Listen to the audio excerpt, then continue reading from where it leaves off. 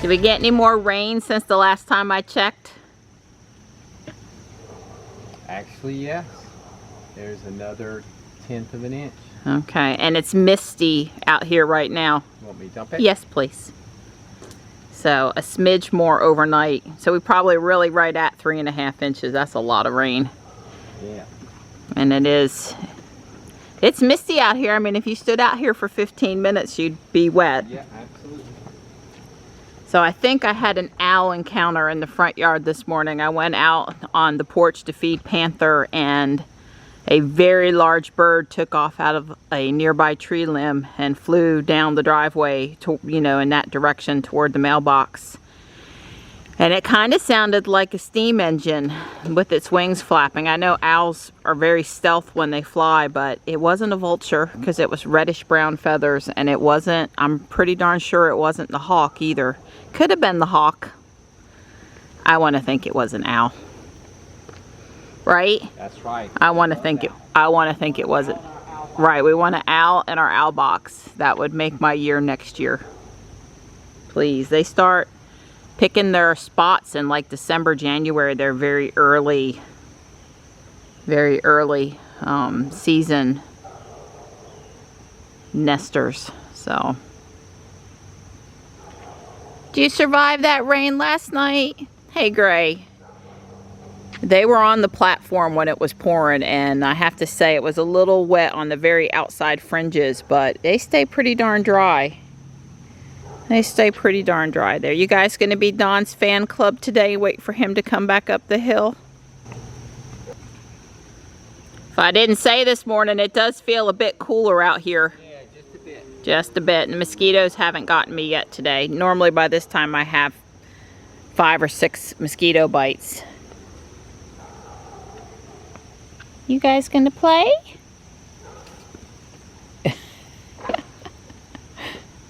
Tux goes, yeah, it's more like I chase, she runs. Some of you may remember I put in this moss fairy garden earlier this year, and it is hanging in there. The moss is doing fine. Occasionally the cat sleeps in it, Slate, and kind of flattens it down, but then it puffs right back up again.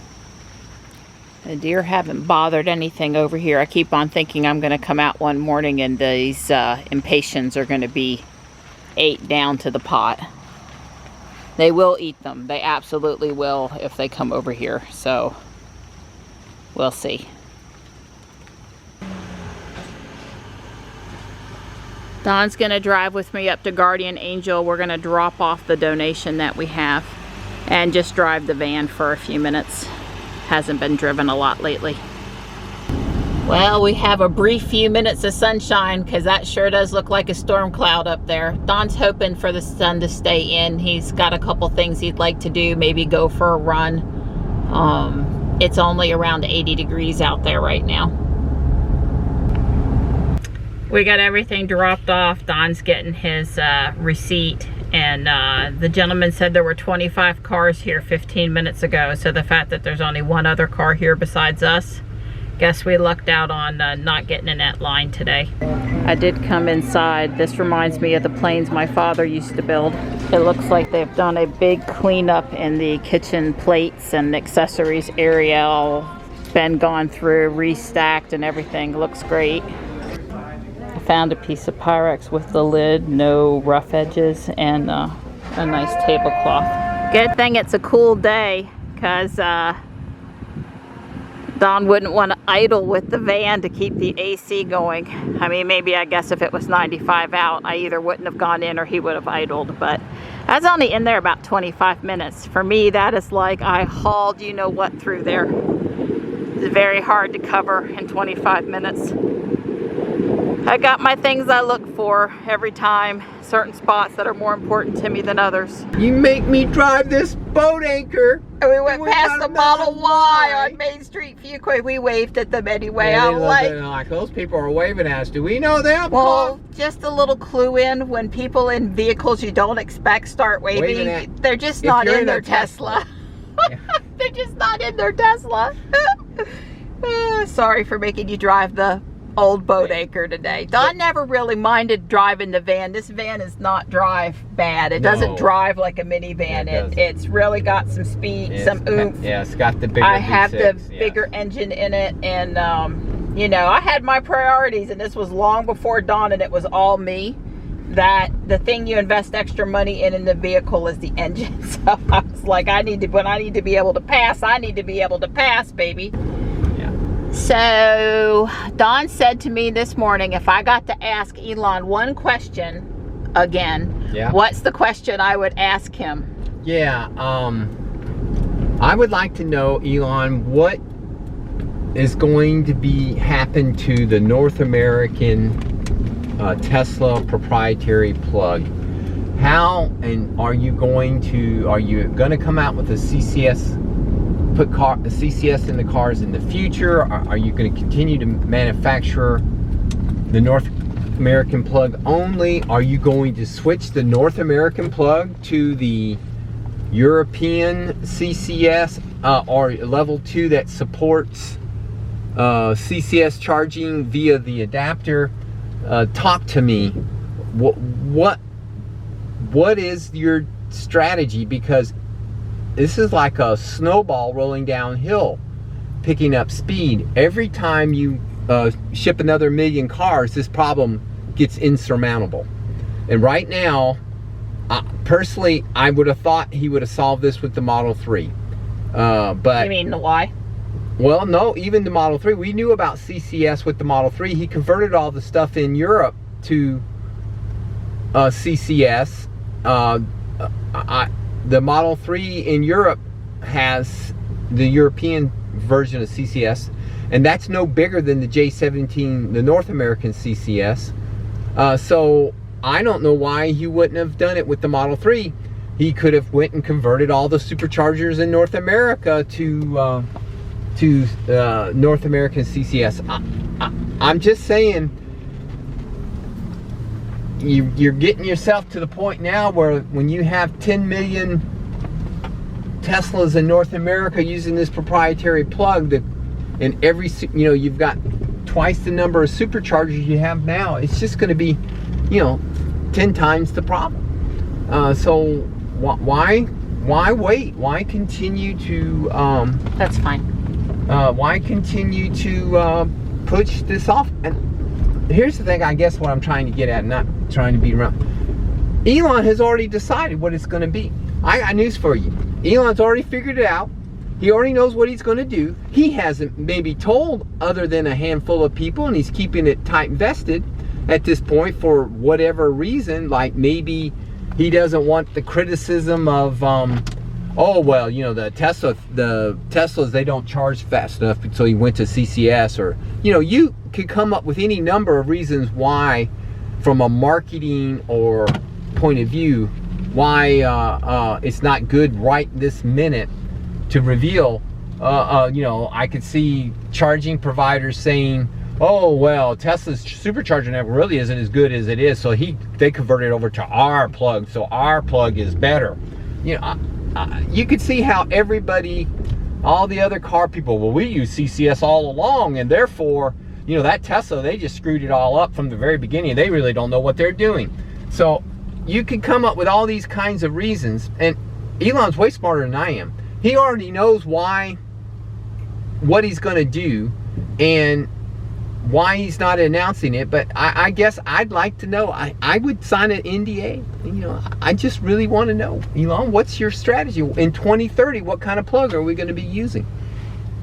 Are we still going to use the North American plug? Are we going to use the European CCS plug? Are we going to use some plug that doesn't even exist yet? I don't know. I mean, the same question could be asked about, well, Elon, how in the world are you really going to charge your semi-truck? I mean, are you really going to put some super connector this big on it? You know, I'm bigger than a bread box? I don't know. Don's making good use of the cooler temps outside today to do something up here in the whole house attic. He wanted to put up that antenna that he tested, I don't know, probably a month, 6 weeks ago. And then it got too hot to finish that project. So it's not cool in the attic today. but it's not as hot as it could be by any stretch. Don also reinforced this bike lift rack holder apparatus that we were using to hold this bar with some clothing bags on it. We'd been waiting for cooler weather up here to do that too. So Don's got the antenna up there. He says the cardboard doesn't seem to mess up the signal. It really makes it easily supported, and this is still sort of experimental, so at some point he might do something different, but for today that's it.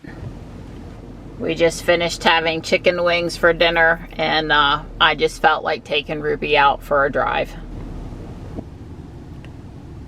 I did a raid battle here at Murals on Main for Garbodor.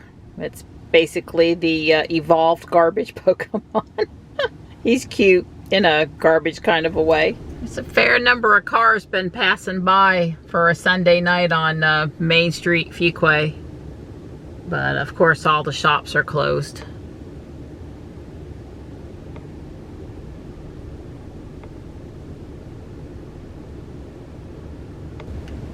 Don reminded me that I should turn on the 2 side cameras when I'm backing up. And that's easy enough to do with the little arrow here, up or down. I guess you can accidentally double click it though. Now I'm here at one of the local churches doing a Palpitoad raid. Of course it's nighttime now, but it's still pretty easy to tell on the dash cam viewer that the rear backup camera is really pretty nice color and the front and side cameras are not. One of the videos Don and I watched this morning was Eric and David on the Derek channel. They replaced the 2 front cameras, the left and the right fender, on their Model S with the latest and greatest part number for that camera. Apparently there have been several iterations of it. And they went into a lot of detail, and you really ought to go watch that video if you want to understand about why those cameras aren't as good a quality as the backup camera. And they lean, Ruby's version and the version on their Model S are heavy red leaning in colorization, not a lot of green. And that if you put the latest and greatest camera on there, you can get it to look not still as good as the backup camera, but pretty close, and actually a real color, picture. So I'll need to compare on Jules, but I'm sure we're going to see much better quality on Jules than Ruby. Jules having the latest and greatest cameras, and Ruby having 2017 3-year-old technology. And I kind of discussed for a minute about why Tesla would or would not have offered a camera upgrade with the full self-driving MCU2 upgrade. Not saying for free, but, you know, for folks to pay. And, you know, not required that you update these cameras, but if you want a better picture, updating them, they prove that if you update them to the latest part number for your car, that camera part number, that you can get a full color picture. So certainly wouldn't be anything we would be doing right now with Ruby, but it's food for thought there. Wasn't too hard to pop those cameras out and replace them. Of course, replacing the cameras in the autopilot housing here in the front or in the B pillar are going to be a little more complicated. Don's been in that autopilot housing on Ruby because he installed the power for the dash cam that we use, and he had to take down that strip, and yeah, he had to do some stuff there. It was I think it spent a good part of a day on it, partly because at the time that he did it, several other people that have also done it had not done it yet and not put out instructional videos. So Don was just super careful and figured it out. But at any point, so we know that he could do it again if he had to, but it was, you know, it was certainly a time-consuming sort of a thing. So I thought that video was really interesting. I recommend you check it out, especially if you have an older Model S or X. I think probably the 3s and the Ys have the nice colorized pictures on the cameras, but not the older S's and X's. So that was kind of interesting food for thought today. I think you can see that right in front of Ruby is a handicapped painted parking space. I'm here in a very empty church parking lot, and I was spinning the Pokestop, and I was really surprised to see that, so I circled around just to confirm that it was actually there. And I guess the cameras are seeing that, because that would be, I would not think a church parking lot handicapped parking space would be mapped. Pretty interesting though. I thought, wow, if the camera is really seeing that, you know, one of the things I wanted to do was see if, how Ruby did at night with stop signs that may or may not be super lit up. I guess the car headlights, as long as they're not blocked by shrubs or anything, is gonna light them up good. And it, you know, I don't see any reason why it wouldn't work great. But I was just curious to see how the car did with stop signs. So let's see if I can catch a few stop signs here on some of the roads just off Main Street, Fuquay.